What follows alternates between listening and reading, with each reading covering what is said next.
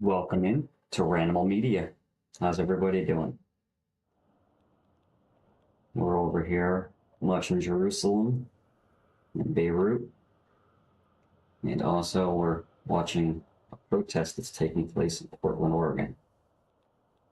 Welcome in everybody. Welcome in to Ranimal Media.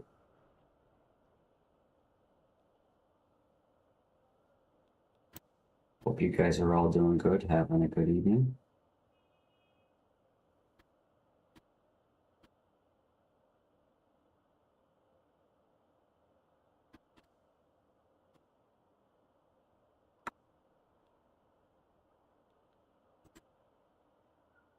Oops, it's not the whole button at all. All right.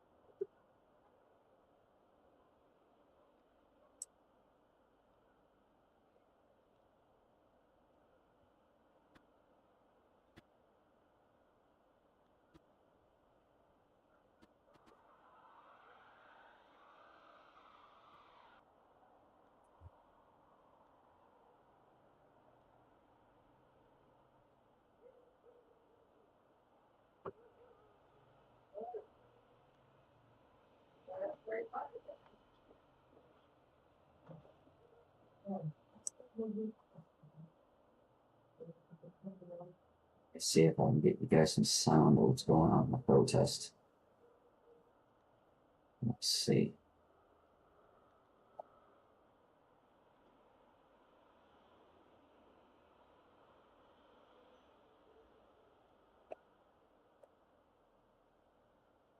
Thank you, Barry. Thank you, Barry.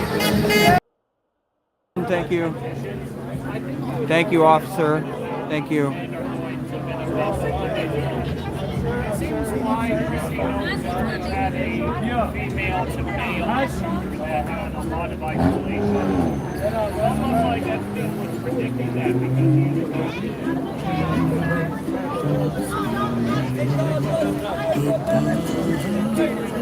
emails. That doesn't mean much. That means that we know what he was. Thank you, Trina, again.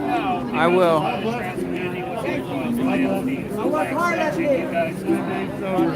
I know the struggle, brother. I've been there. Orchid Change Clinic. Hell yeah. That's where I'm at. Hell yeah. That's why the trans shooter is female to male. According to him,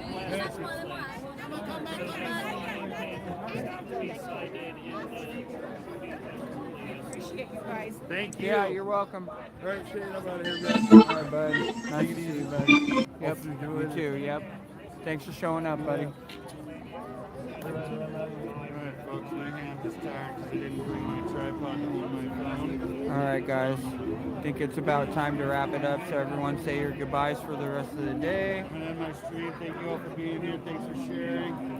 Unless they're kicking off their protest even. Philippians 4:13 says, I can do all things through Christ who gives me strength. You're welcome, Patricia. Let's see if they stay or they leave. Thank you guys for sticking with us through the celebration. All right, smash that like button if you haven't done it already. Subscribe, hit the bell icon, you know.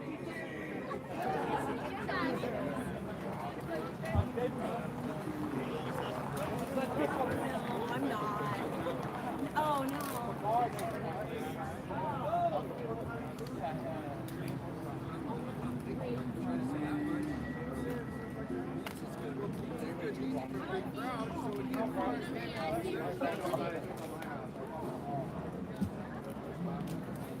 Welcome in to Ranimal Bye, Media. everybody.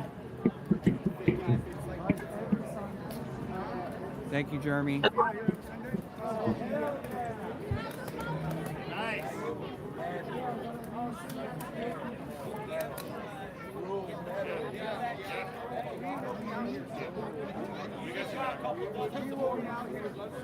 Patriot friends now. I got other people that I can get to come out Welcome here. in, welcome in for Ranimal Media.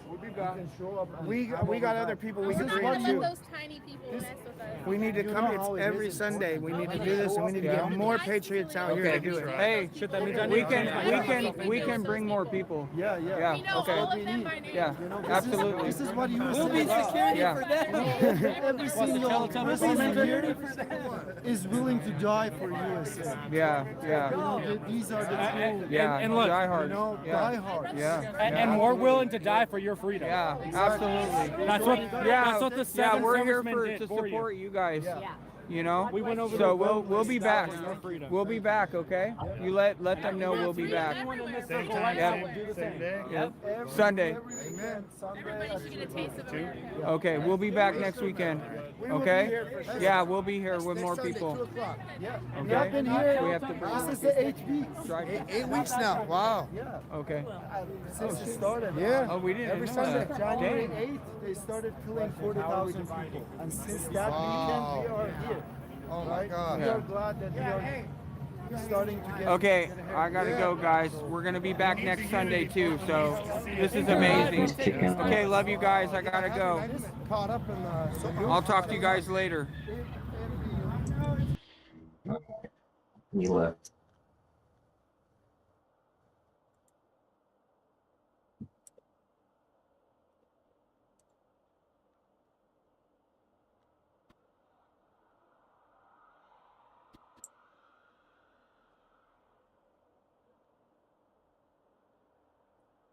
I gotta figure out how I can sign in on here so you guys aren't getting the ads. There's gotta be a way.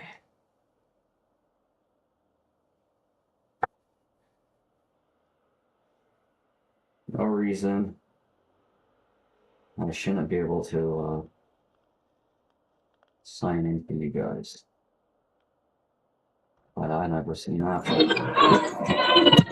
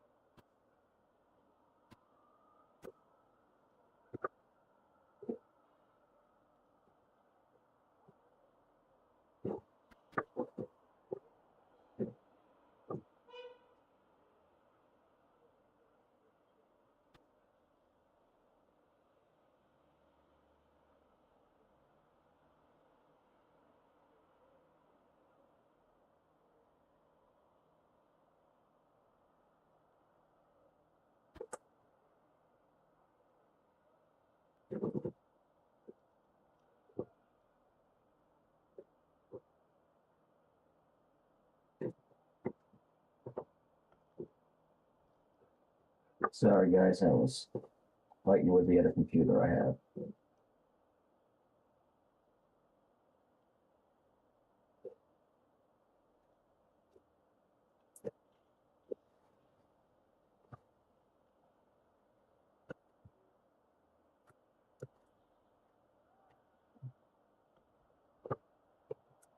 Ranimal's gonna have to reset up his studio again. Ranimal Studio is always expanding, always growing. Definitely have to mess with it again.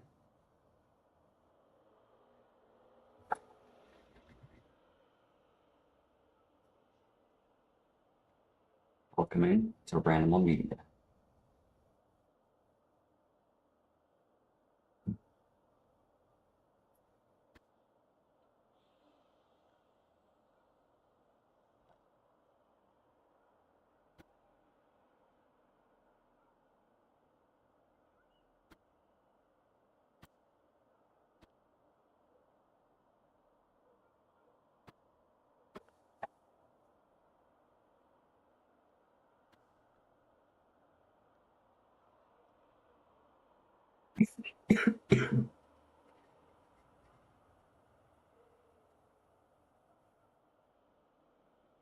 You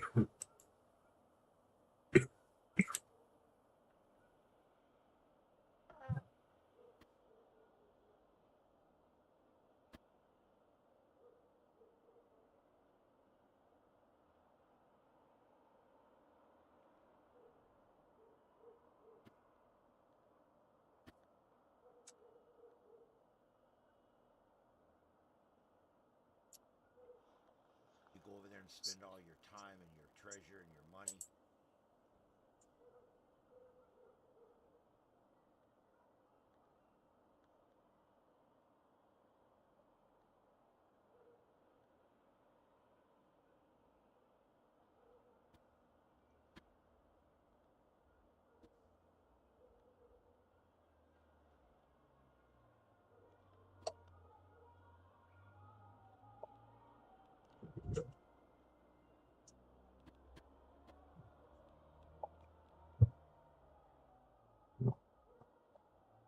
We're not seeing any more protests going on live at the moment. That's odd.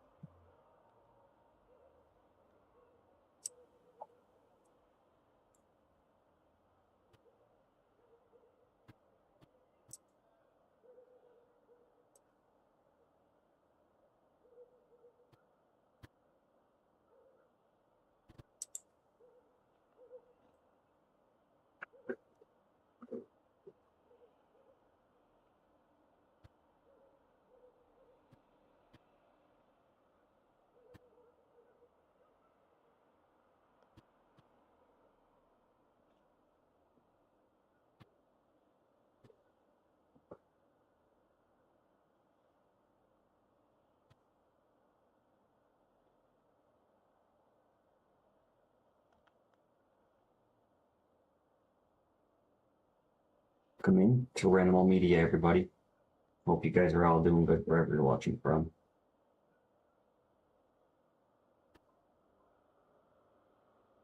How's everybody doing?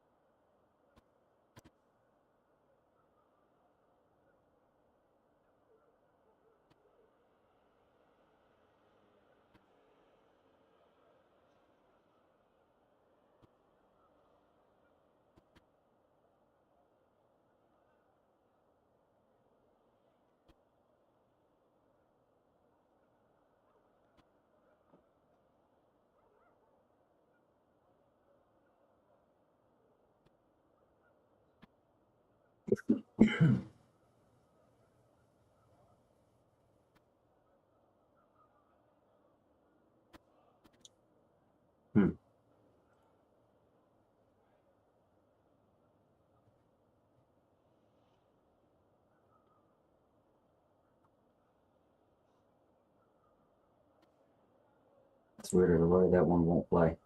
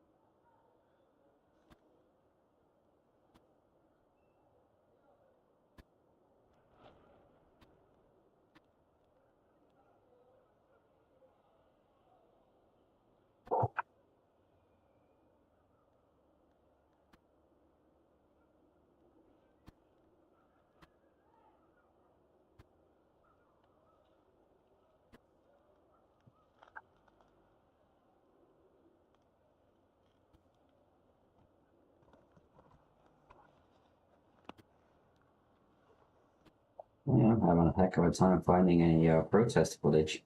I guess maybe they all ran off.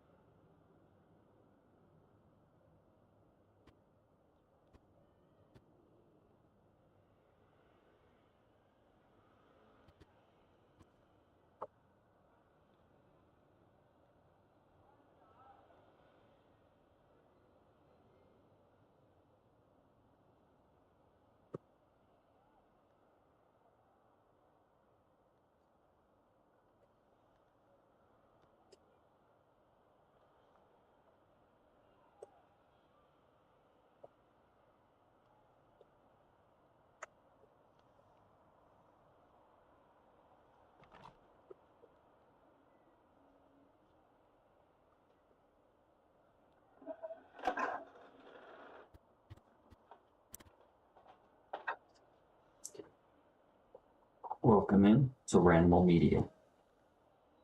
How's everybody doing? I guess we can try this in the sound up over there, see what it does.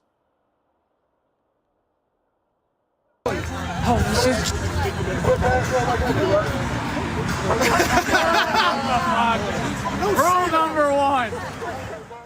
You didn't do shit. Yeah. saying since the first scuffle. It all happened in a blur. I don't know what the fuck happened. I'm too high to remember anything. I mean, that's kind of half true, to be honest. I'm in security. I can't use that.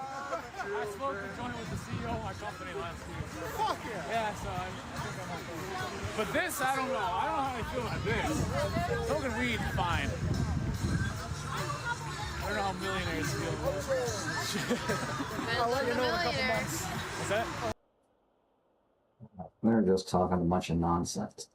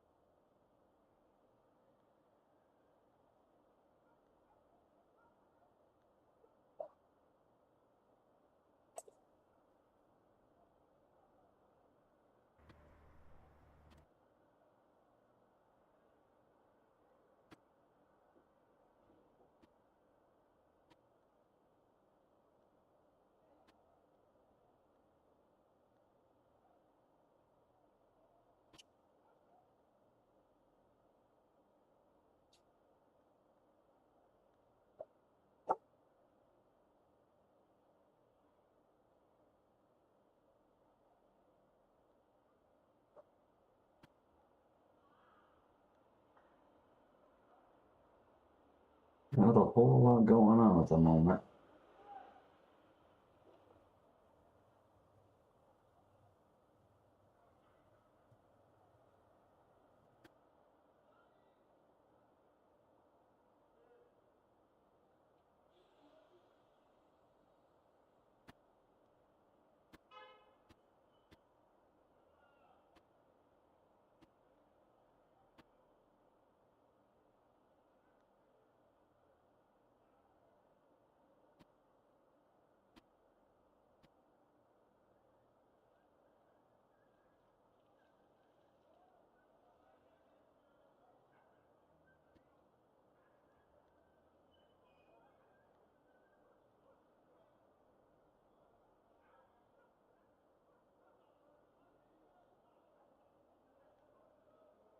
That's crazy.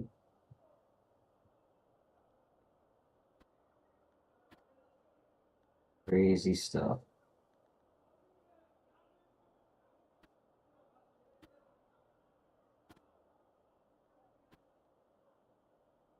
Ever since they put the media blackout in effect, all they've been doing is showing a replay footage. I'm having a hard time finding you guys anything new.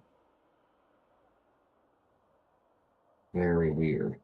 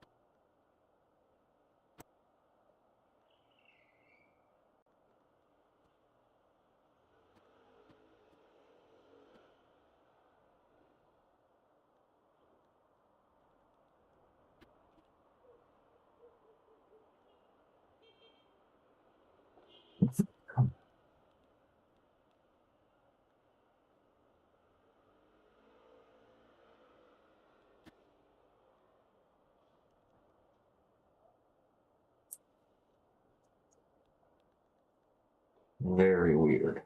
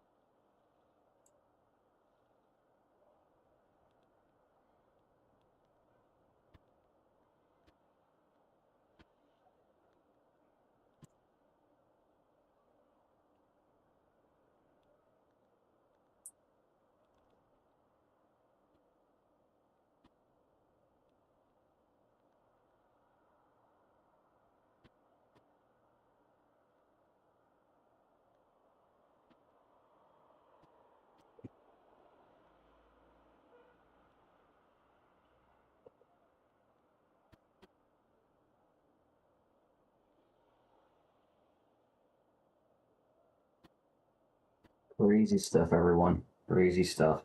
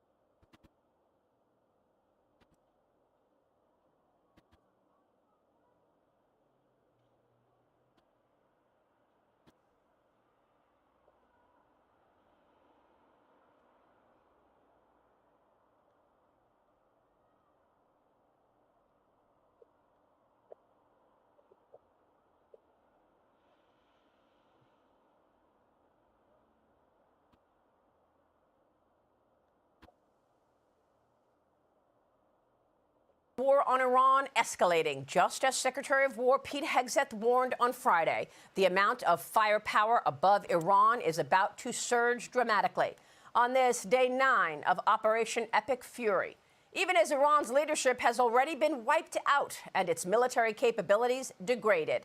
Following U.S. and Israeli strikes, President Trump says there will be no deal with Iran without unconditional complete surrender, even as Iran continues to lash out at neighboring Gulf countries and maritime traffic through the Strait of Hormuz grinds nearly to a halt, pushing the price of oil higher.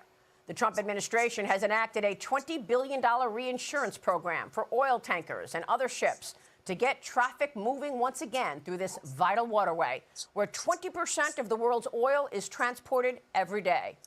Crude oil closed above $90 a barrel on Friday. It is up 27% just in the last 1 week. As China feels the impact, it buys the bulk of Iran's oil. Some 90% China buys from Iran.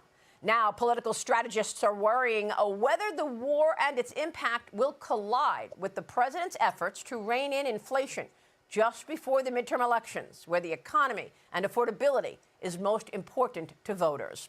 Joining me now in this Sunday Morning Futures exclusive is the White House Press Secretary, Karoline Leavitt.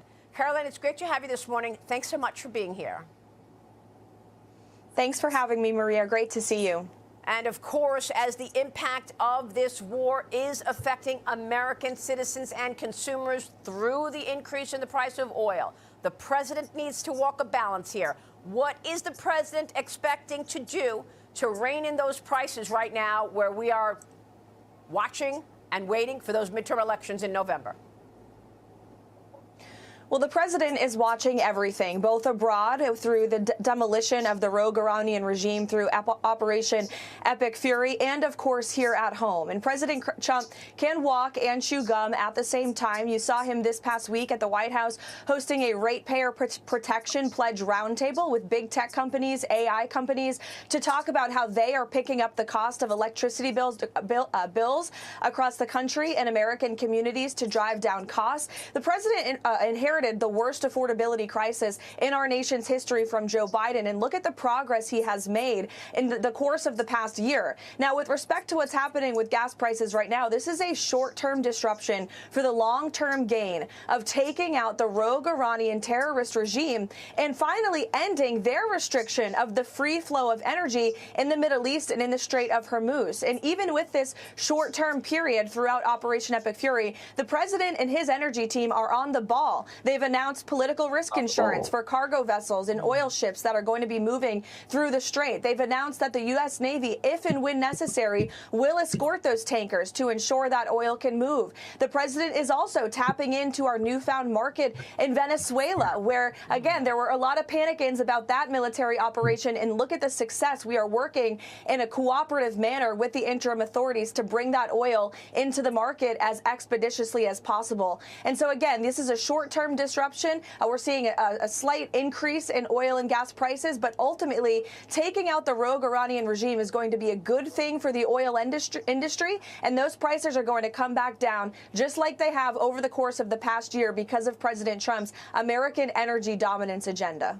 Yeah, I know that this was a major priority for the president right off the bat, coming up with that reinsurance plan in terms of ensuring that you can get traffic moving at a regular pace once again in the Strait of Hormuz.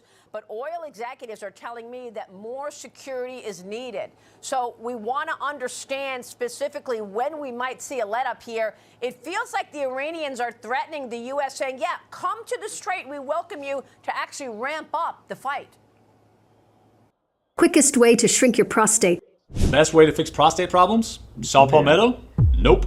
What about flow? Get rid of those ads, everybody. Well, the Iranians are making a lot of threats with their words, but if you look at their actions with respect to their military, they're not as strong or powerful as they were 9 days ago. That is for sure. We have completely wiped out their Navy. Their Navy is now deemed combat ineffective.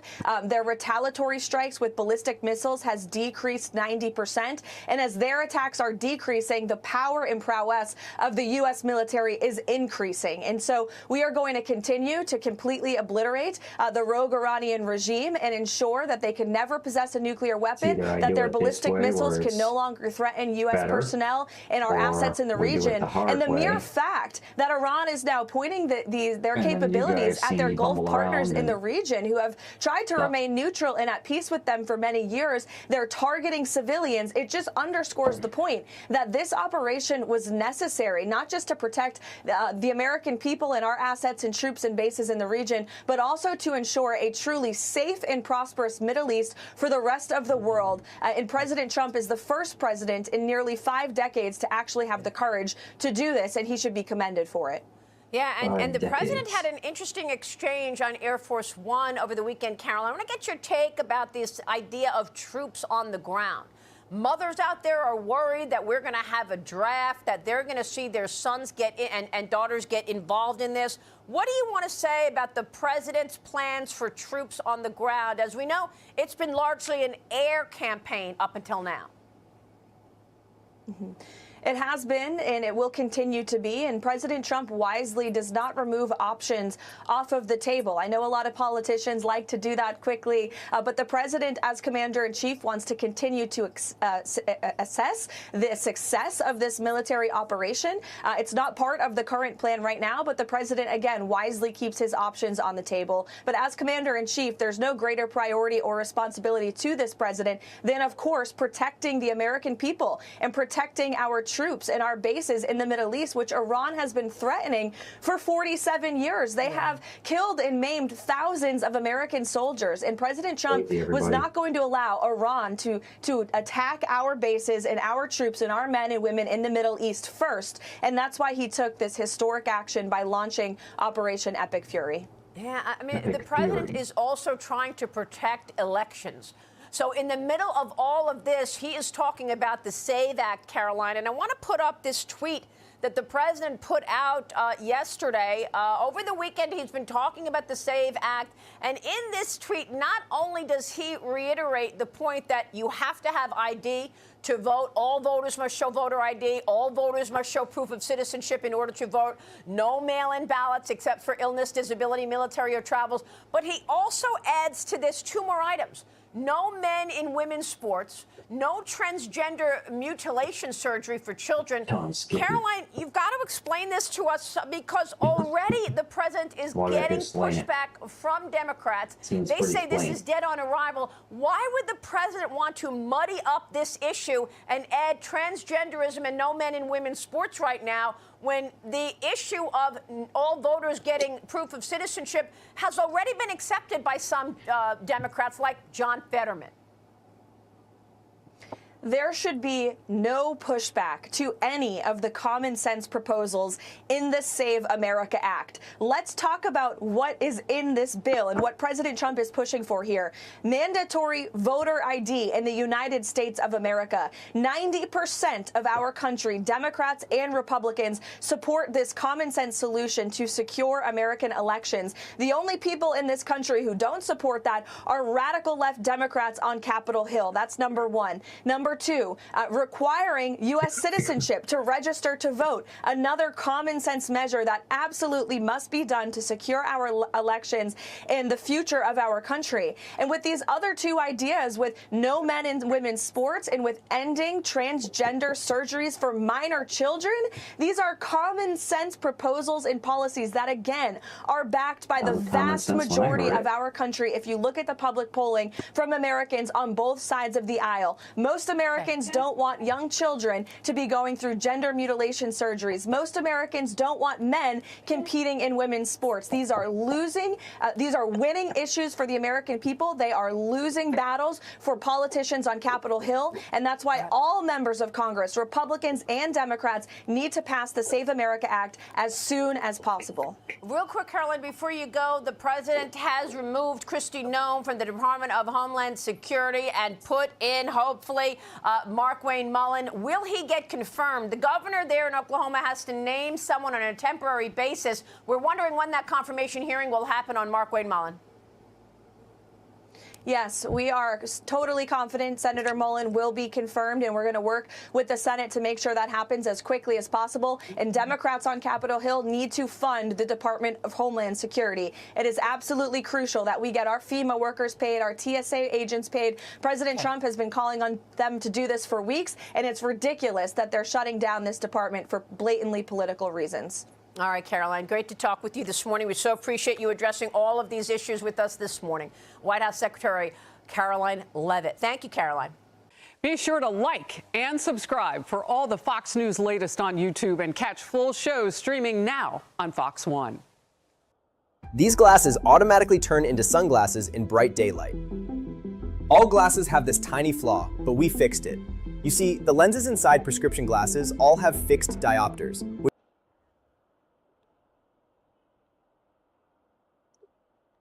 So maybe we'll do it the other way.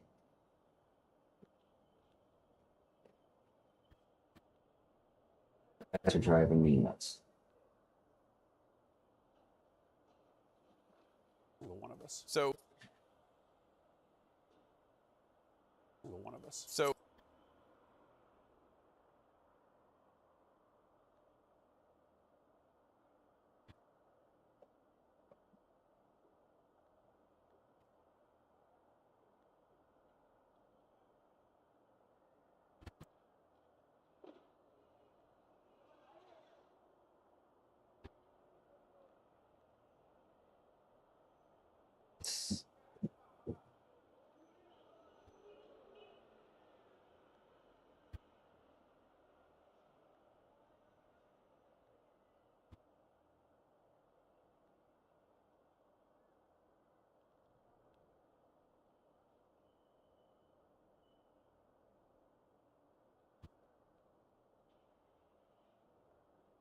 But first, we get the latest on the ground in the...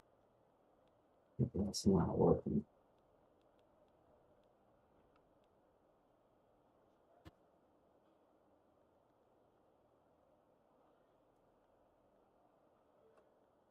All right, you're gonna have to do it the hard way.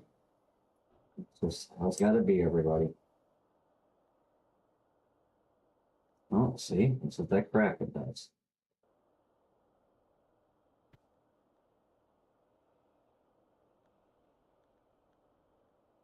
Well, you guys back up, so you can go back to what you were doing.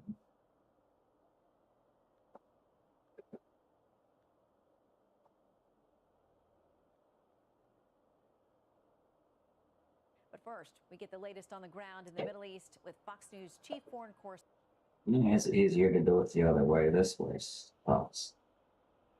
This isn't gonna work.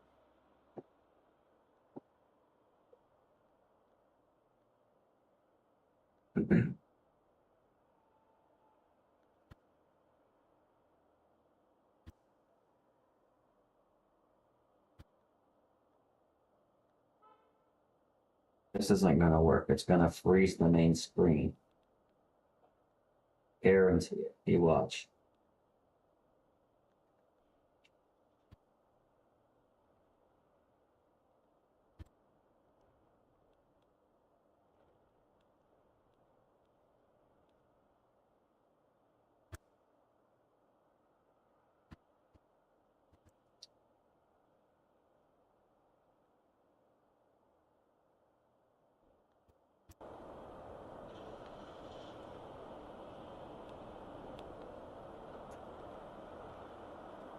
Okay.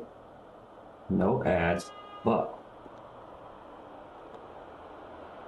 it might not be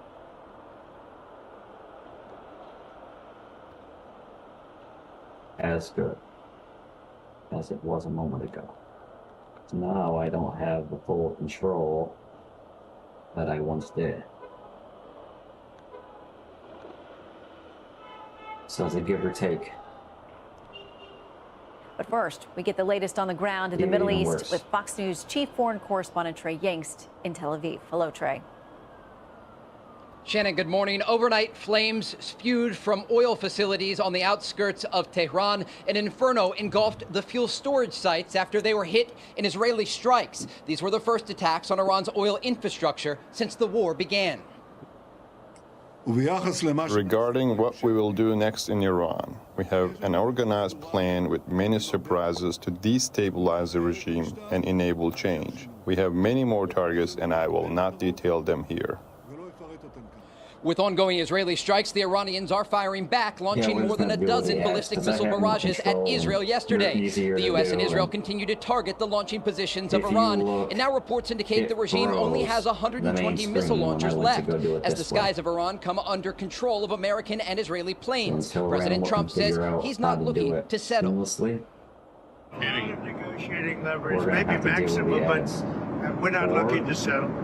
They'd like to settle. We're not looking to settle.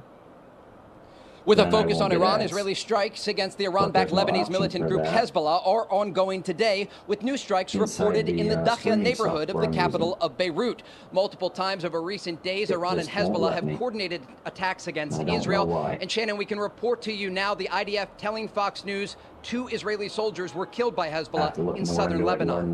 Shannon? All right, Trey Yingst in Tel Aviv. Thank you, Trey. Joining me now to discuss the latest on military operations in the Middle East, retired Lieutenant General Charlie Moore. Good to have you with us. Thanks, Shannon. Okay, so you've done hundreds, thousands of hours in flying combat. So I want to talk to you about the perspective on what we've seen so far. These are the strikes the U.S. and Israel has been carrying out. We talked with General Kellogg last week about just how massive Iran is. This is a big job for our men and women. Oh, absolutely. I mean, when you look at the size of Iran, it's close in size to the state of Alaska, although it's about 10% bigger. And so starting to cover all of the targets throughout the nation is a big task. So we've heard from the Secretary of War that we're trying to get to complete air dominance, where we're able to fly the skies and do what we need to do. How does that open up different targets for us once that happens? So air superiority, and now we're talking about moving potentially into air supremacy, opens up everything that we do. And I think what you're going to see is 3 big things: mass, persistence, and expansion. So first, in terms of mass, because we were able to knock down the doors and gain air superiority and now supremacy, we can start bringing our non-stealth aircraft like our B-1 bombers, our B-52s into the mix, along with all of our fighter aircraft and those that are being contributed by Israel, to mass firepower over the top of Iran and hit a tremendous amount of targets. The second part of that is persistence. It allows us to persist over the top of Iran. So we never give them a break. There's always the threat of an attack. It also gives us the ability to respond to any type of time-sensitive target that may present itself, like an individual or a ballistic missile that comes out of hiding. And finally, it's going to allow us to expand the target space. You can see that a lot of these target areas originally began on the western part of the country. They're starting to move more towards the central, and you're going to see that fill up, and you're going to see more target areas hit out to the east. It also is an expansion of the priorities of the targets that we're hitting, not just the nuclear program, the Navy, and the ballistic missiles, now the targets that actually support the regime itself. Okay, so let's look at, where they're going. Of course, this is what we're looking to degrade, is their ability to come back to our men and women, our bases, our allies in the region, and they've done a lot of outgoing. So how close are we, do you think, to shutting down their ability to get the missiles out? So we're hearing that we've degraded their ballistic missiles by over 90%, the drones by over 80%. As the map indicates, these are the areas they've been targeting. This shouldn't come to any surprise to us or actually to the Iranians. Everyone knows the options where we have to bed down our forces. But we spend a lot of time in the planning phase, determine the optimal place to put our resources, to put our people, and then how to prioritize our defensive systems to make sure that we can protect everybody. I want to quickly hit on the Strait of Hormuz as well, because that is not only a military issue, it's an economic issue as well. Yes, certainly. So you can see here the ports and all the major terminals. But the Strait of Hormuz, specifically this area right here, has been a major point of leverage for the regime since 1979. So they continually use it, the threat of attacking vessels there or shutting it down completely, as a way to try to influence regional affairs or as a way to deter the United States or Israel or any other country from attacking it. Right now, they'd like everyone to believe that this area is shut down because of their offensive capabilities. The reality is it's shut down out of an abundance of caution. And as we attrit all of their offensive capabilities and things that they could bring to bear on the vessels that want to transit through there, I think you'll start to see that risk continue to lower, along with the fact that President Trump has offered to do direct naval escort of the oil and natural gas vessels. I think that traffic will pick up in the coming days. Okay, quickly, any kind of timeline or guesstimates on those developments? Yeah, I think because of how quickly we're attriting those forces, within the next couple days to a week, you'll start to see that traffic increase. Okay, General Moore, thank you for your service and for being with us today. Thank you, Sean.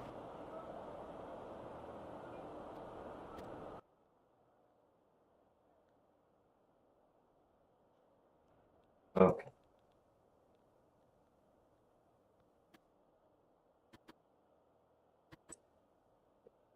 Now I can get rid of that ad.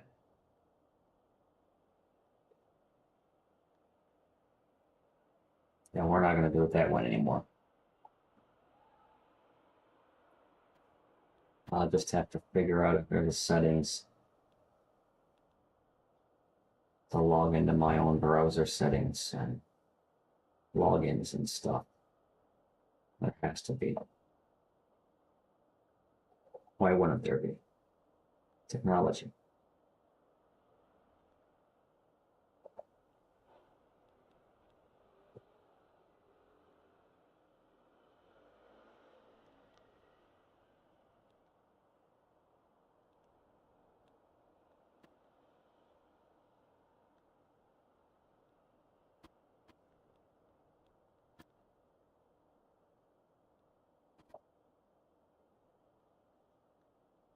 Beside this, I'll see no settings for that.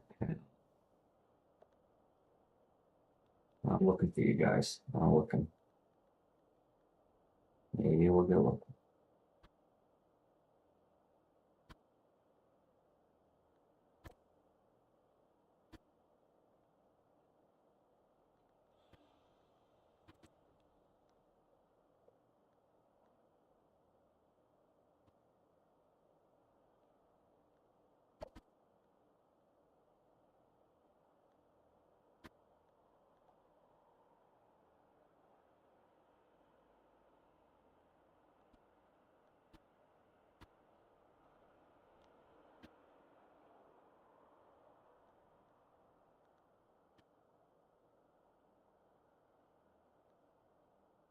Oh, there's nothing like that.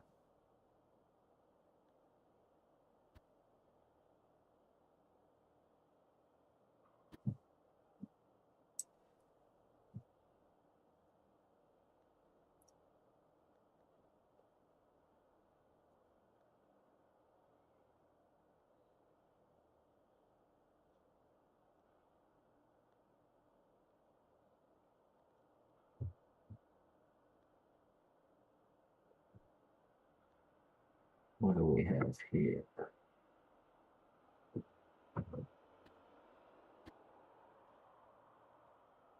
Nope.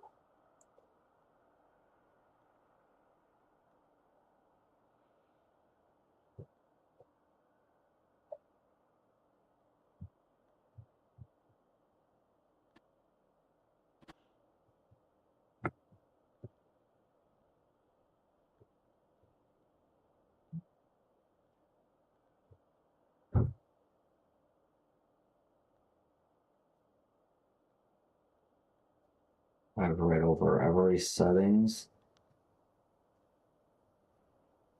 It gives me no options to log in through the browser when I want to flip you guys into Windows. So that just means I'll have to deal with ads every once in a while. Luckily, we're doing limited stuff, so shouldn't be too bad. Welcome into Ranimal Media, everybody.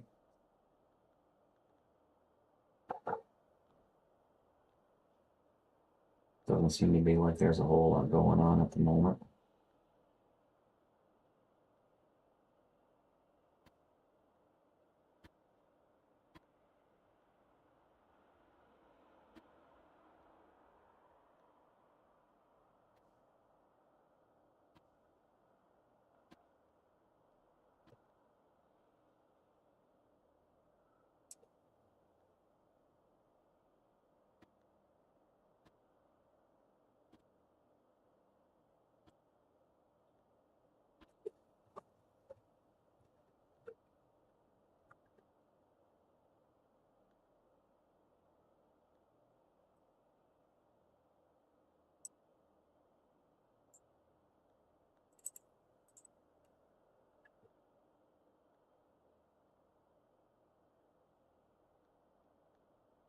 Louisiana Republican Senator John Kennedy.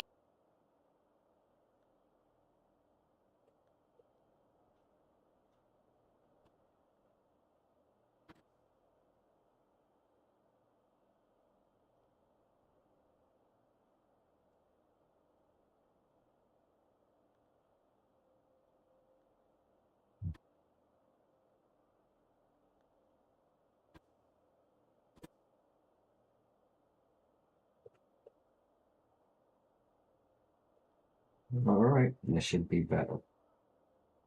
Welcome into Ranimal Media. Breaking news. Welcome in.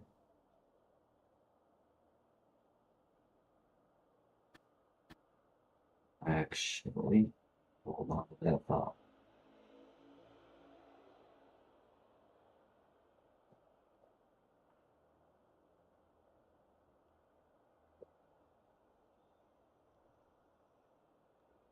Alright. Let's listen to him. Louisiana Republican Senator John Kennedy. Senator, welcome to the show. So I'll give you a chance to start there with what Senator Warner said. This is a war of choice. Senator Warner, Shannon is star-spangled brilliant. On this one, he's also wrong. Our intelligence clearly showed that Iran had taken baby steps to restart its nuclear program. It was producing between 200 and 600 new missiles a month.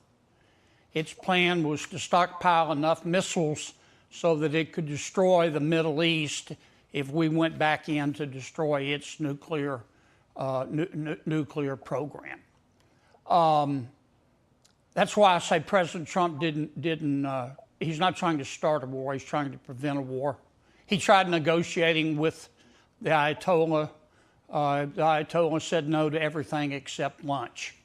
What's our plan? I'll tell you what our plan is. We all heard it in the classified briefing. Our plan is to destroy the Iranian Navy, destroy the Iranian Air Force, destroy their facilities through which they're making missiles and drones, destroy the infrastructure for the Revolutionary Guard and other parts of their military. We're going to turn parts of Iran, those who are enemies, into fish food and then get out. I do not believe the president will send in troops. The Ranimal Media. In fact, if he sends in troops, the thud you hear will be me face planting because I fainted. I think this will all take a matter of weeks, and after we are done, it'll be up to the good people, and they are good people of Iran, to try to overthrow these knobheads who are in charge now. Well, all of this comes at a cost. The human cost, there's a financial cost as well, which Senator Warner touched on. And there are questions now about the administration coming to Capitol Hill with a supplemental request for this. One of your colleagues was asked about that, Senator Lisa Murkowski, who sits on the Defense Appropriations Subcommittee. She says the administration should not be taking anything for granted. If they come to us at the end of the month and say, this is what we want, and basically you deliver the votes, it's not a winning strategy, in my view. You've got to start making the case. How do you see that playing out? Well, Senator Murkowski is my friend and colleague, but she's a minority.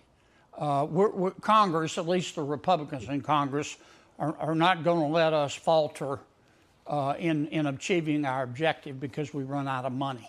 I think right now our military has plenty of money, and they have plenty of ammunition. This business about we're running out of ammunition is foolishness. It's foolishness on a stick. Well, before any of that gets done, I want to bring up what President Trump has just put out on Truth Social today that may affect your business there on the Hill. He praises those who are pushing the SAVE Act, which would require proof of citizenship, among other things, before you can register to vote. He goes on and says this has to go to the front of the line. He says, I, as president, will not sign other bills until this is passed, and not the watered-down version. Go for the gold.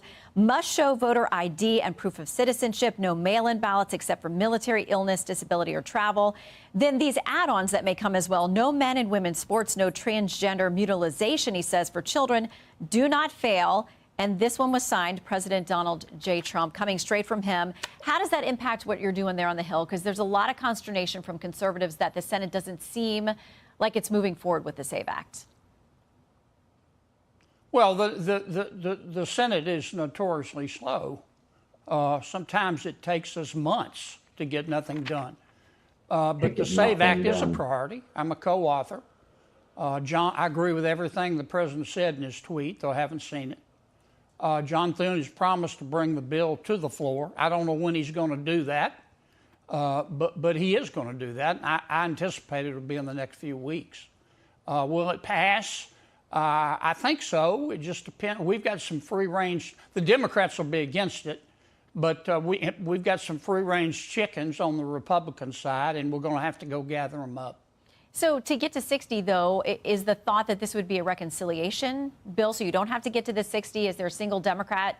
Are there several Democrats who would vote with you on the SAVE? I would do it through reconciliation. We could short circuit all of this, but I'm in a minority. I have chased Senator Thune, my good friend, like he stole Thanksgiving to try to get him to do a reconciliation. This would be perfect for reconciliation. Okay. I also want to touch on the economy because you heard Senator Warren talk about this as well. A bad jobs report, frankly, by any measure on Friday. And that with now people are going to go to the pump. It's a real life check for them on their wallets every day. Wall Street Journal says this: Trump's pledges to lower prices and to keep the U.S. out of foreign wars helped usher him into a second term. Yet in advance of the 26 midterm elections, foreign interventions have dominated the White House's recent focus and cast fresh uncertainty on a fragile economy. Our poll shows this week when people are asked about their personal situation, 57% of them said it's fair or poor. How do you deal with that going into the midterms? Well, the expert economists who are predicting doom need to chill. They need to go buy an emotional support pony. The economy's fine. I wouldn't trade America's economy for the economy of any developed country in the world. We had a bad job report last month. Everybody knows that companies, they're not firing people, but they're not hiring people. But our economy is fine. Have oil prices gone up? Well, of course. Do oil prices go up when there's a war in the Middle East? Yes, duh. The oil prices haven't gone up because there's a shortage of oil. The oil prices have gone up because you've got a bunch of oil traders out there in their Gucci loafers with their caramel frappuccinos who are bidding up the price.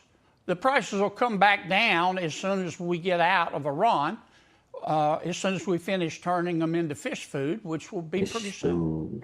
All right, Senator Kennedy, always good to have a colorful conversation with you. Thanks for stopping in.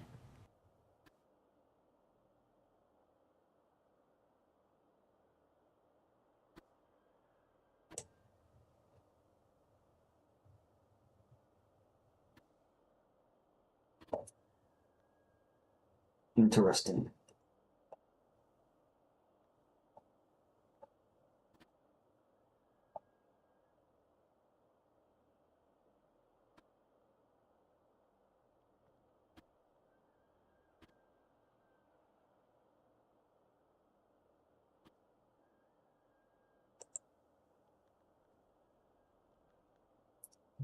What's this, man?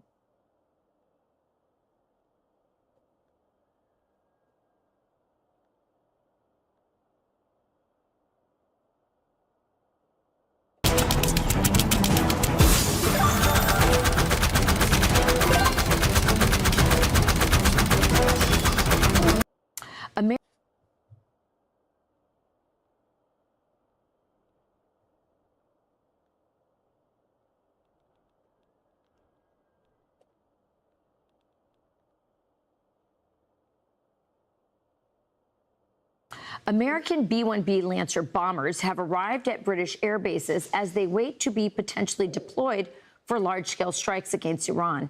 It comes as President Trump tells UK Prime Minister Keir Starmer that their aircraft carriers are no longer needed.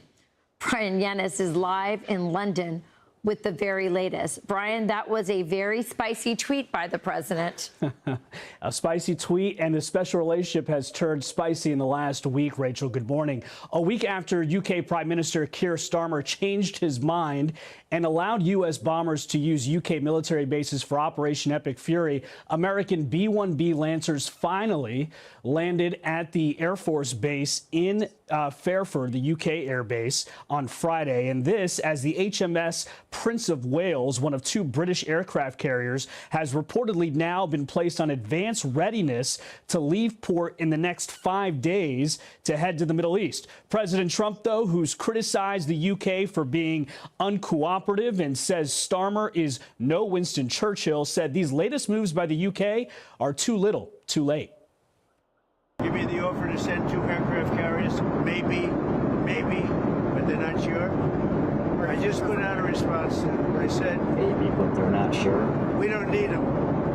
It's not the right time. It would have been nice to have had them 2 weeks ago. President Trump went on to say about the aircraft carriers, quote, "That's okay, Prime Minister Starmer. We don't need them any longer, but we will remember, we don't need people that join wars after we've already won." Former UK Prime Minister Tony Blair, who famously stood shoulder to shoulder with the U.S. in the 2003 Iraq War, is also now criticizing Starmer for not being there for their biggest ally. The Daily Mail reports at a private event, Blair said, quote, "I think we should have backed America from the very beginning. If they are your ally and they are an indispensable cornerstone for your security, you had better show up." Prime Minister Starmer insists the UK will not join the U.S. in attacking Iran in Operation Epic Fury. This morning, writing an op-ed, quote, "My focus throughout has been simple, calm and level-headed leadership in the national interest. At moments like this, the country needs seriousness, not political games." Rachel, UK political opposition leaders have called Starmer slow and weak when it comes to Iran, particularly when it comes to defending British nationals and UK military bases from Iranian attacks. Rachel? Very interesting story. Thank you so much, Brian. Lazy stuff.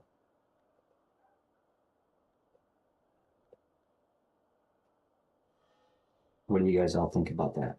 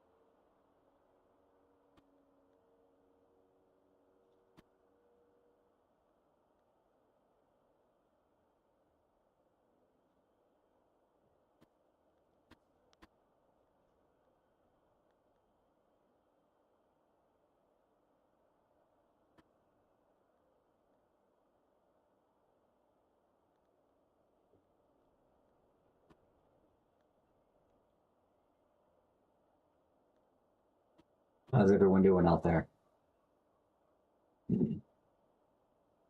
Looking for some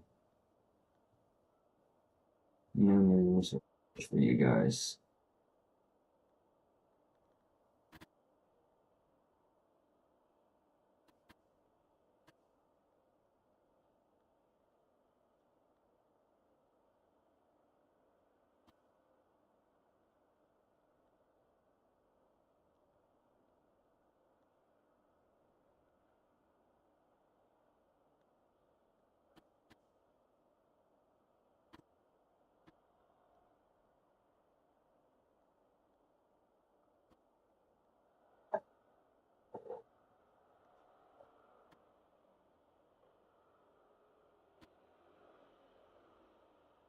Mushtabah. Mushtabah.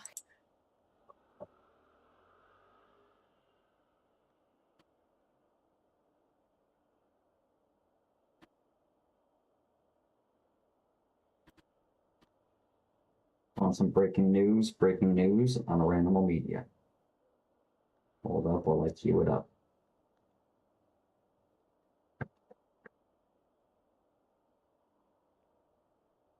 Truly grew weary of bending over to trim my nails, often pricking myself in the process, until my neighbor recommended this electric nail trimmer and file. It shapes nails into a smooth, round... He's got to stop doing that.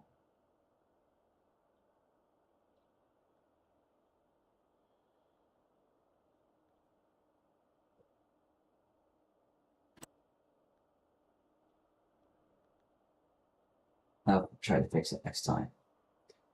All right, so breaking news on Ranimal Media. Welcome in, welcome in.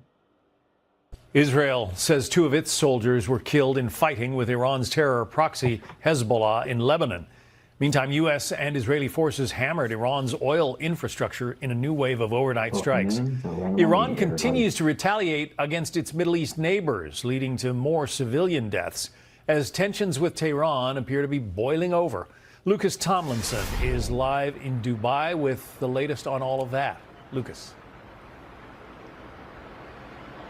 John, the UAE has been the main target of Iran. This country has been on the receiving end of more of Iran's missiles and drones than any other throughout the Middle East, including Israel. And Iran's foreign minister also said those attacks will continue throughout the Persian Gulf and offered this explanation why.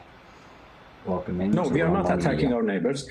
We are attacking American bases, American, installations, American assets, which are unfortunately located in the soils of our neighbors. So we are not attacking our neighbors. We are attacking Americans who are attacking us. We are retaliating. Now, last night, a drone was shot down near one of Dubai's famous skyscrapers in a very popular part of town, sending debris falling down and killing 2 Pakistani nationals in a car.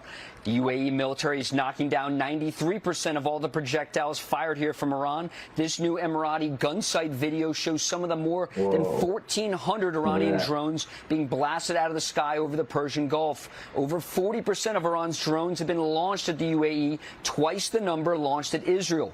Overnight, Iran fired 17 more ballistic missiles and more than 100 drones.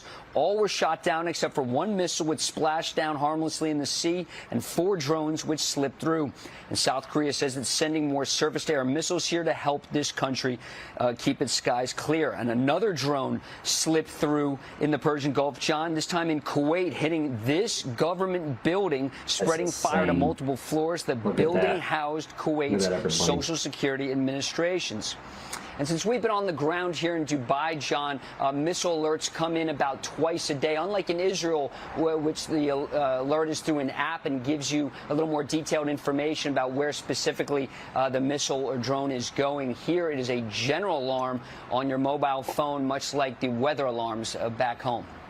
John. So that attack on that Kuwaiti government building, Lucas, that would seem to put the lie to Iran's contention that it's only going after U.S. forces in those other neighboring countries. That's right. It was a Social Security building, and it's been pretty dangerous in Kuwait. Of course, the first 6 casualties of the Iran war were U.S. National Guard soldiers from Iowa based at a tactical operations center in Kuwait on the port. Then, of course, you had the Kuwaiti fighter jet in that friendly fire incident, perhaps something more nefarious, shooting down those 3 U.S. Air Force F-15E Strike Eagles. Thank goodness it was miraculous in that case that all 6 on board those 3 jets punched out, all 3 pilots and the Wizzos, the backseaters. Yep. All right, Lucas Tomlinson reporting live. Lucas, thank you. Still not cool. So Iran has been responding to Operation Epic Fury by striking at its neighbors, as Lucas was just telling us. It says that it is targeting U.S. installations, but as you would expect, tensions are on the rise across the region, and those neighbors are furious at what Iran has been attempting. Steve Harrigan is live in Armenia, just a couple of miles from its border with Iran, maybe less than that. Steve.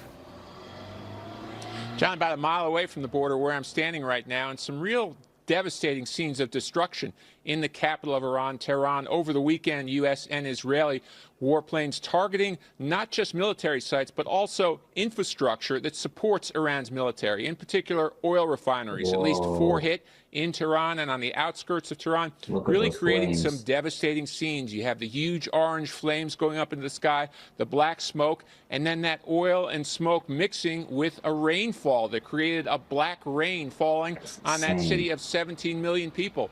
Iranians being warned to stay inside their homes, not just to avoid the bombing, but also to avoid now the pollution from that bombing. Those who have the money, the means, are often trying to get out of the city, get away by the thousands, often to quieter areas, like in northern Iran, where the war is largely untouched so far. Here's one scene we saw right along the border between Armenia and Iran.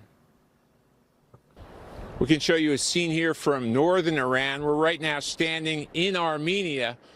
Beneath us here is the Araks River. Once you get across that river, that's where Iran begins. You can see rural scenes there, some sheep, a controlled burn, and tremendous mountains in the background. This is the area where the border crossing between Armenia and Iran is still a working land crossing, so we could see it get very busy in the coming days if refugees or supplies need to get in or out of Iran in a hurry, especially if the ports or the air is completely shut down. This is the way in or out. So we could see some dramatic changes to a pretty calm rural scene here in the coming days ahead. Welcome to Ranimal Media.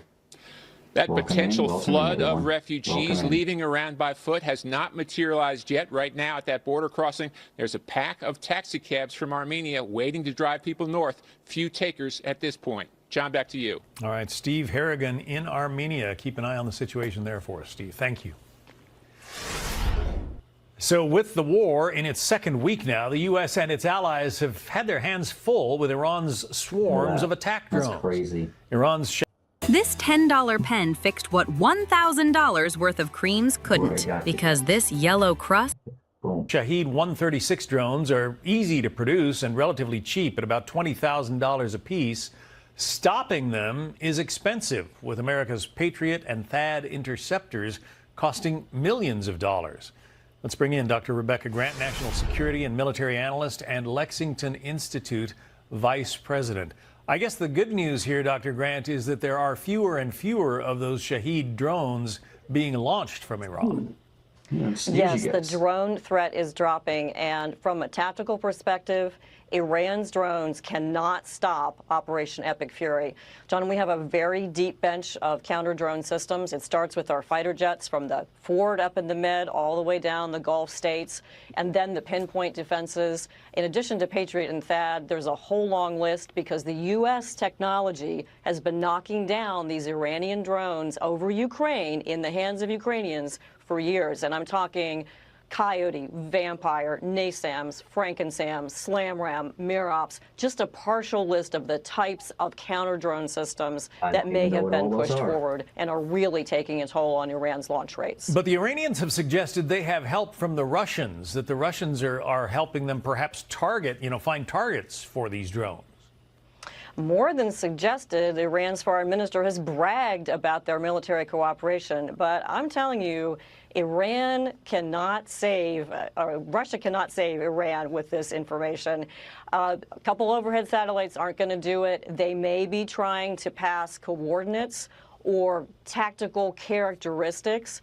But it's not working. Iran hardly has anything left to fire, and we are so able to suppress these drones, either kinetically by hitting them or with electromagnetic jamming, that the U.S. and our allied partners really have the upper hand, and Russia is not making an impact here on a military scale. I know that the Israelis have been working on lasers that can bring down drones, and apparently they've had some success with that. That's a very cheap way of intercepting very cheap drones.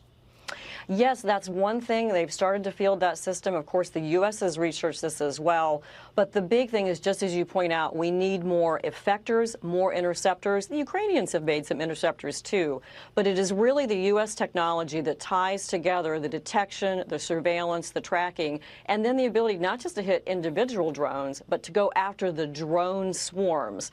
And I think after this combat operation, we are going to hear a lot of amazing stories from the fighter jets, including the Brits, who shot down drones, including Carrier Air Wing 9 on the Ford, so many across the land bases, too, and then a lot of the use of these very innovative systems. And we're going to see that capability grow in U.S. forces. And the good news is the drone launches really are down. It's never going to go to zero. This is a combat zone, but the U.S. has the upper hand against these drones. Caroline Leavitt, the White House spokeswoman, says that the neighboring states are angry at Iran, and with good reason. They've been launching those drones at their neighbors. Listen.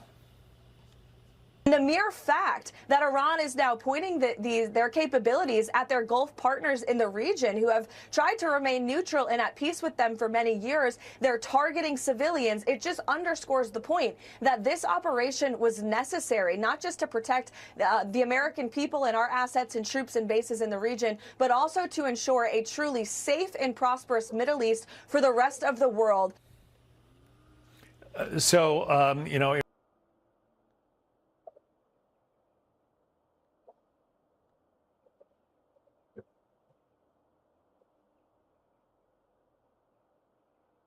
we are going to start with one of the biggest stories we have been following for over a week now, and that is the escalating situation over in the Middle East. Bringing us out to this, it's a live image that we have in Tel Aviv over in Israel, as I read some of the latest reporting courtesy of the Associated Press. They say this, that Israel on Sunday struck southern Lebanon, Beirut, and an oil storage facility in Tehran as the war in the Middle East keeps escalating. Prime Minister Benjamin Netanyahu promised, quote, many surprises for the next phase of this conflict.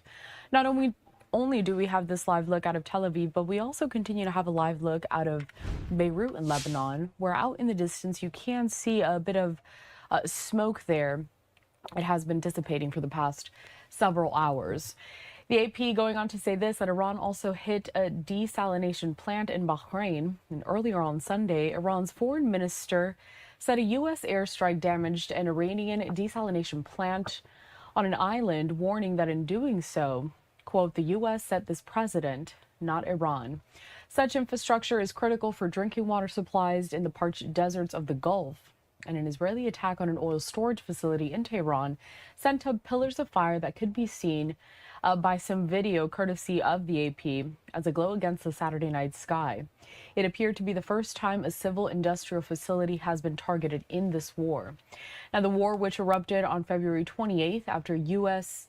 and Israeli strikes hit Iran, has so far killed at least, more than 1,000 people, 1,230 at last check from the Associated Press, and those deaths were in the Islamic Republic.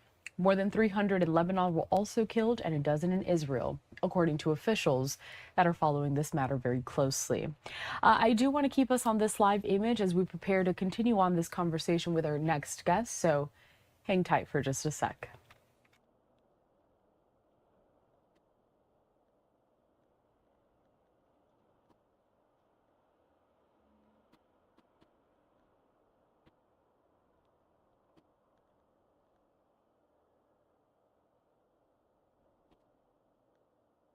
So as we continue to keep these live images here on your screen, again, this is out of Beirut in Lebanon. I want to bring into the conversation now just to discuss all of these latest developments. David Daoud, he is with the Foundation for the Defense of Democracies, and he has been following these developments very closely. David, good to have you on today. Thank you for having me on. So I did give a bit of a recap there right off the top Media. of some of the things that we had been following for the last several hours. What really stuck out to you, and what really, out of all of those developments, could possibly change the trajectory of this entire conflict? Well, I think, first of all, I mean, the very fact that Hezbollah joined in this conflict, given its domestic constraints, given the fact that, I mean, just over a year ago, they got out of a war that they got, they fell into. They didn't really expect their intervention in the Gaza conflict to turn into a full war. Decimated their political leadership, decimated most of their arsenal, and yet we find them again starting a conflict with the Israelis. And this suggests to me that they're sensing that the Israeli-American war in Iran is heading in a direction that's going to threaten the regime's existence. Otherwise, why risk the predictably furious Israeli response and the equally predictably furious response from Lebanese, or again, dragging them into a foreign conflict? The one thing that could really change this trajectory is if the United States and Israel stop the war prematurely for whatever reason. If President Trump accepts any Iranian offer for negotiations, some kind of an off-ramp that allows the regime to preserve its existence, lick its wounds from this conflict, preserve its existence, but then return back to the same behaviors that led us to this point to begin with.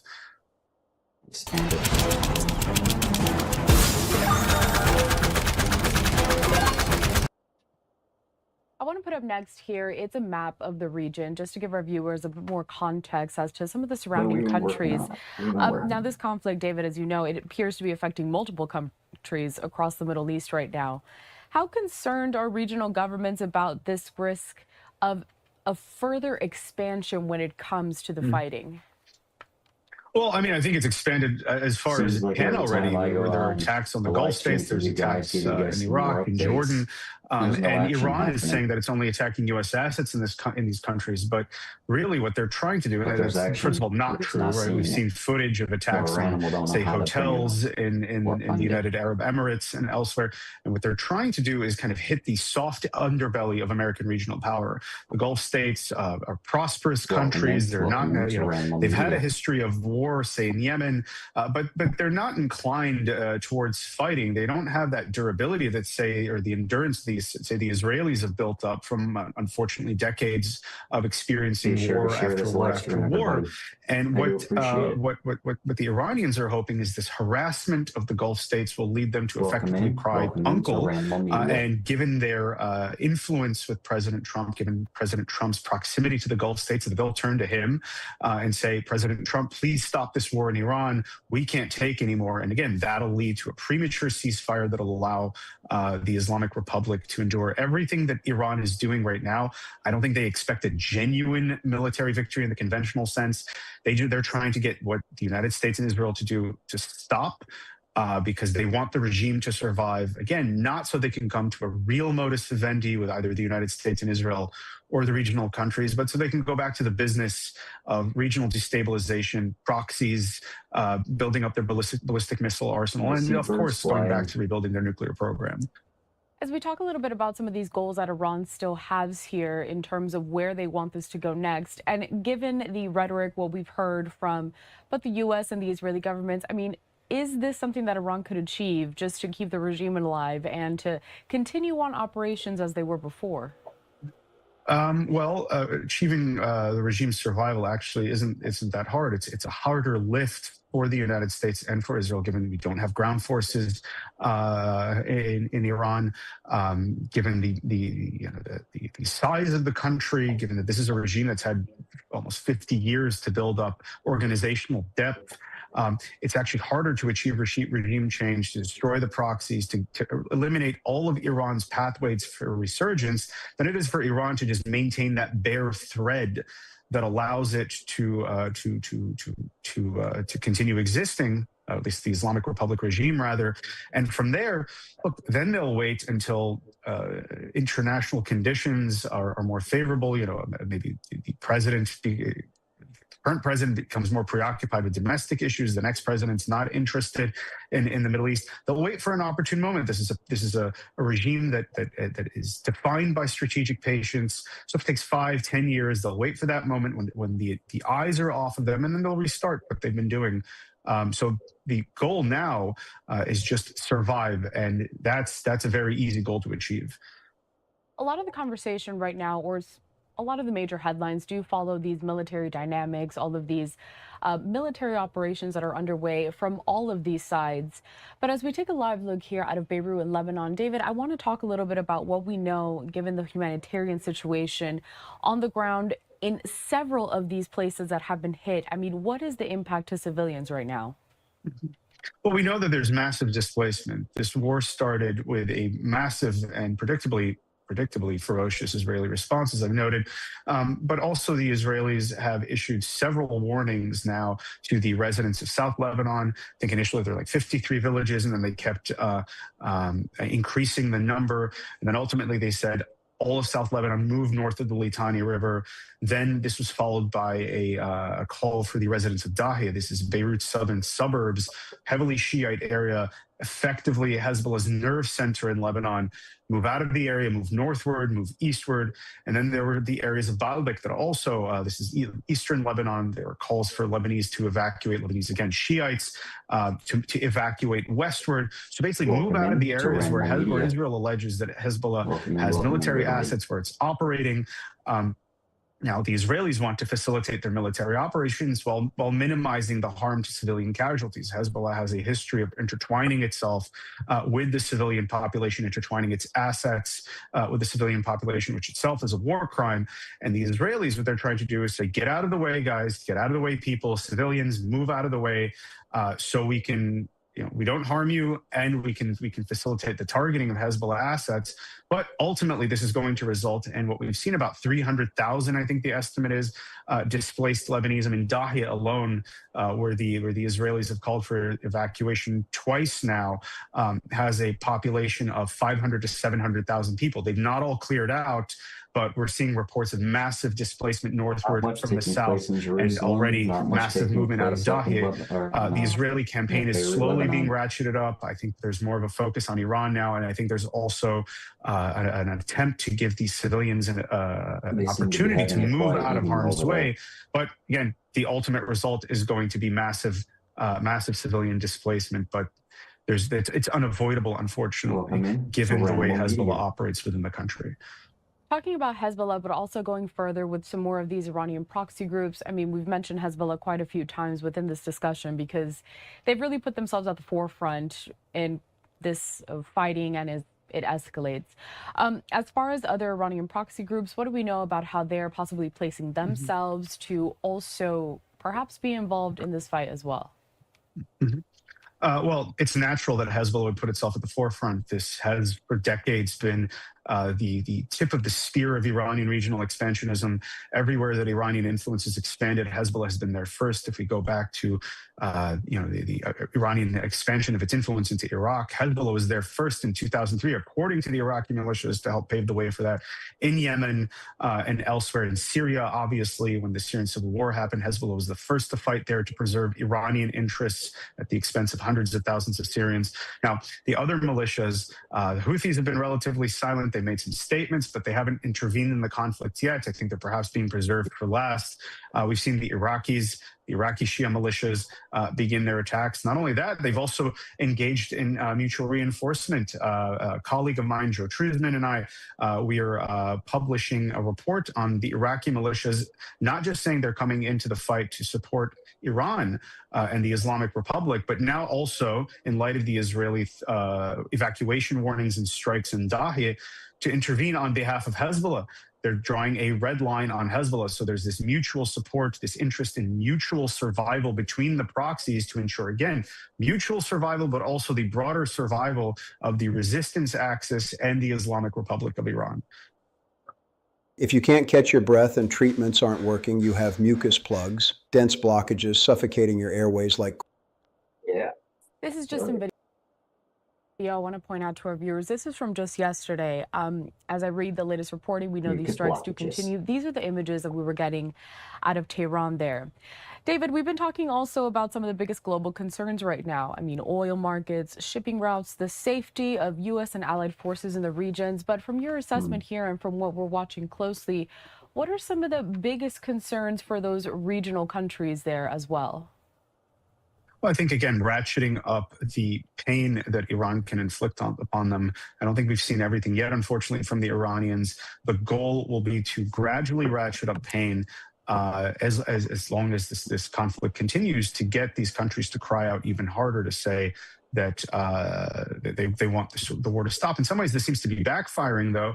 Just before I came on, unconfirmed reports as of yet, but I saw that the United Arab Emirates, rather than call on Washington to halt its combat operations and they have a peace treaty with the Israelis as well, rather than call on them to say stop striking the regime, we've had enough, they're engaging in attacks in Iran, which is unprecedented. I think what Iran is doing in the process of trying to save itself is actually proving the point that the Israelis and we, the United States, have been making for so long, that they are not just a military menace or a threat to the United States and Israel, but also to all the countries that surround them. This isn't a matter of a few historical grievances. Iran is pursuing an ideological goal that threatens the stability of all the countries in the region. And I think the way Iran is reacting with reckless abandon in some ways by attacking these countries around it is waking them up to see that they can't just rely on the United States and Israel to do the job. They may have to intervene themselves.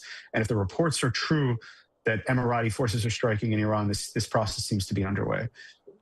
David, you've been talking about this throughout this conversation, but for my final question, if you could just hone in for our viewers what they should understand about the broader implications of this conflict in the Middle East and also how it's having that greater impact on the international community.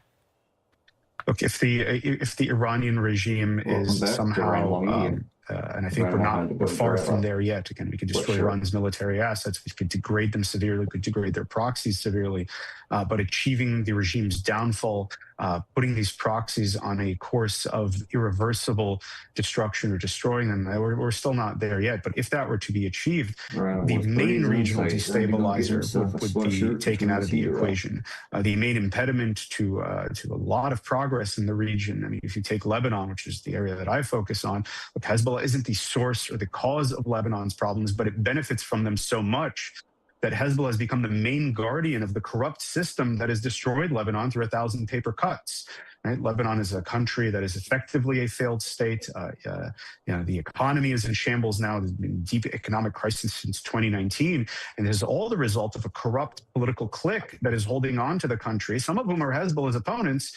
But ironically, when the system is threatened, Hezbollah will even come to the defense or will join forces. We saw this in the last municipal elections. Hezbollah joined forces with its political opponents to help preserve this corrupt system, but this corrupt system is destroying Lebanon, again, through 1,000 paper cuts. We can apply this to Iraq. We can apply this to Yemen. Wherever these proxies exist, they're not interested in the prosperity of these countries. They're interested in self-preservation, and so often their preservation, because it depends on the weakening of the central states, because it depends on the lack of prosperity of these countries. Otherwise, they have no reason, right? The population has no reason to turn to these militias.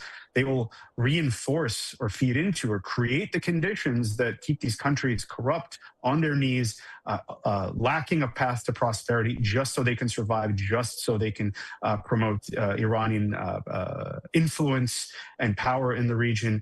So removing this regime and these proxies will set these countries, it'll give them the first, it won't fix everything, but it'll give an opportunity for this region to start on a course to move in a direction that is more prosperous and more peaceful. And personally, I hope we see that. Cool. Okay.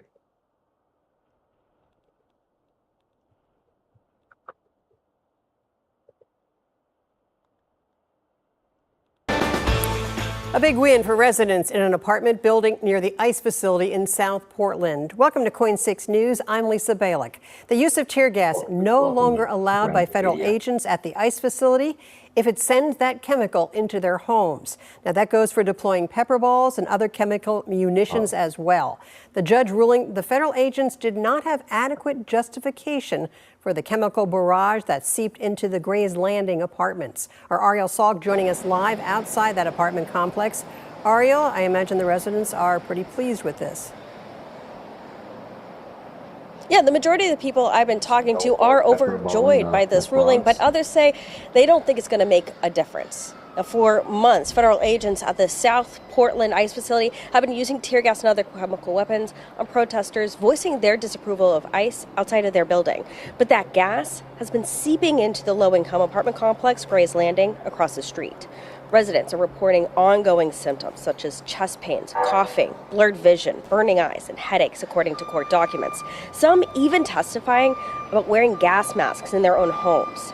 The judge granting a motion for a preliminary injunction Friday in the case brought on by the tenants of the 209-unit apartment complex, meaning federal agents cannot deploy chemical munitions that are likely to reach the apartment complex.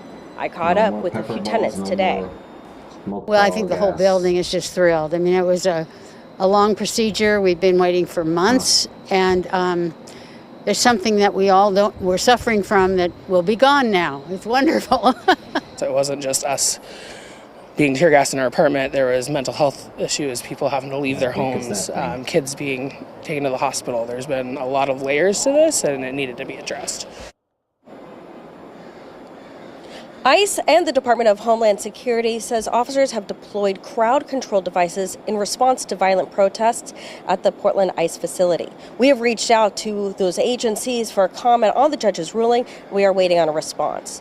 The judge saying this case is not about the rights of protesters, but the use of these munitions violating the rights of nearby businesses and residents. Now, while this is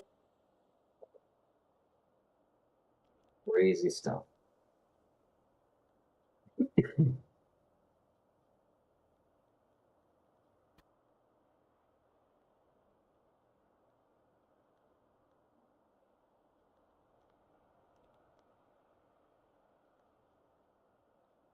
How's everyone doing out there?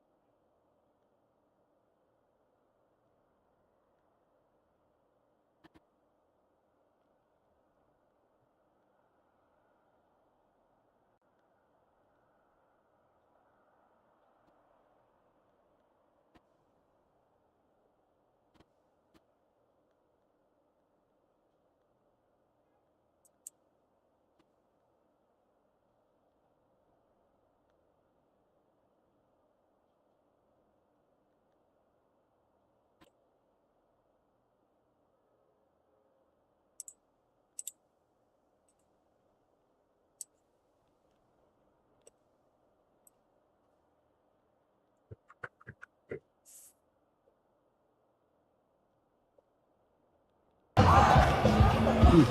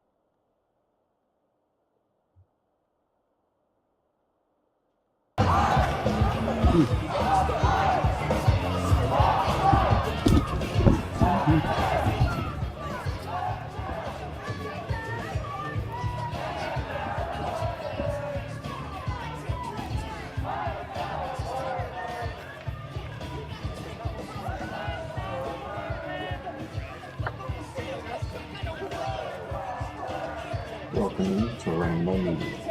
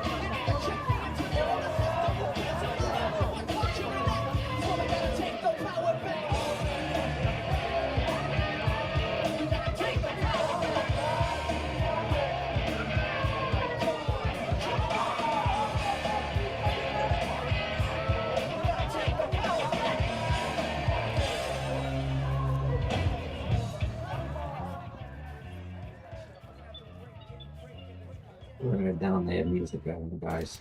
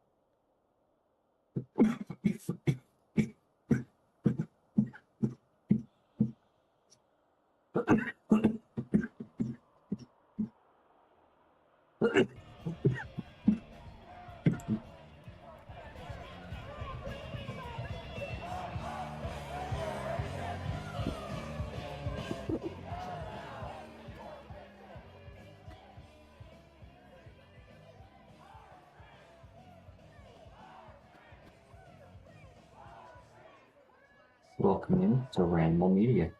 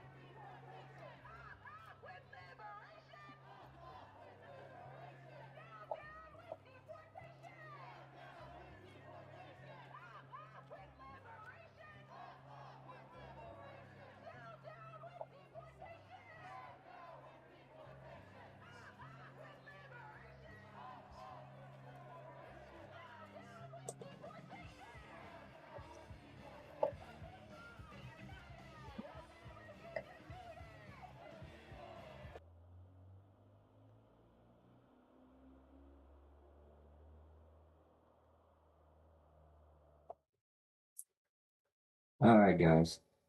Ranimal's going to get out of here. There doesn't seem to be anything happening newsworthy.